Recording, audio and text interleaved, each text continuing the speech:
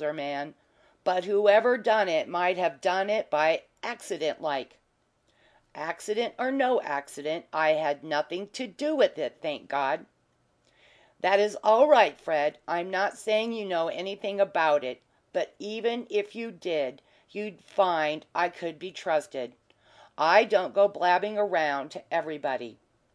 "I know you don't, but as I said before, I had nothing to do with it. I didn't go there that night. I changed my mind." "A very lucky thing, then, because if they do look you up you can prove an alibi." "Yes," said Fred, "I can prove an alibi easy enough. But what makes you talk about them looking me up?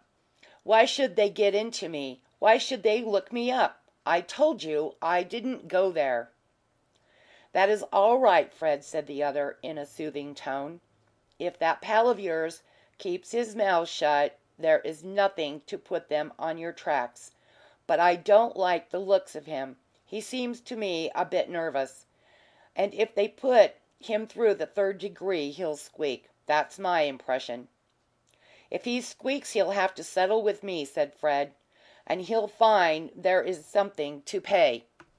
If he tries to put me away, I'll do him in." Kincher, instead of being horrified at this sentiment, seemed to approve of it as the right thing to be done. "I'd let him know if I was you, Fred," he said. "I didn't like the look of him.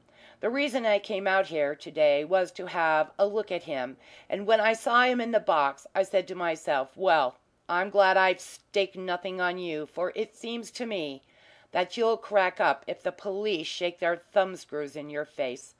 I felt glad I hadn't accepted your invitation to make it a two-handed job, Fred. It was the fact that someone else I'd never seen had put up the job that kept me out of it when you asked me to go with you. A man can't be too careful, especially after he's had a long spell in stir. But of course you're all right if you changed your mind and didn't go up there. But if I was you, I'd have my alibi ready. It was no good leaving things until the police are there at the door and making one up on the spur of the moment." "Yes, I'll see about it," said Fred. "It's a good idea." "Come in and have a drink, Fred," said Kincher. "It will do you good. It was dry work listening to them talking up there about the murder." Fred accompanied Mr. Kemp into the bar of the hotel they reached, and the elder man, after inquiring glance at his companion, ordered 2 whiskies.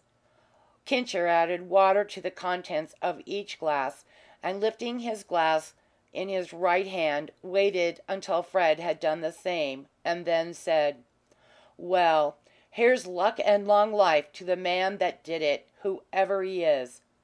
Fred offered no objection to this sentiment, and they drained their glasses. End of chapter 9.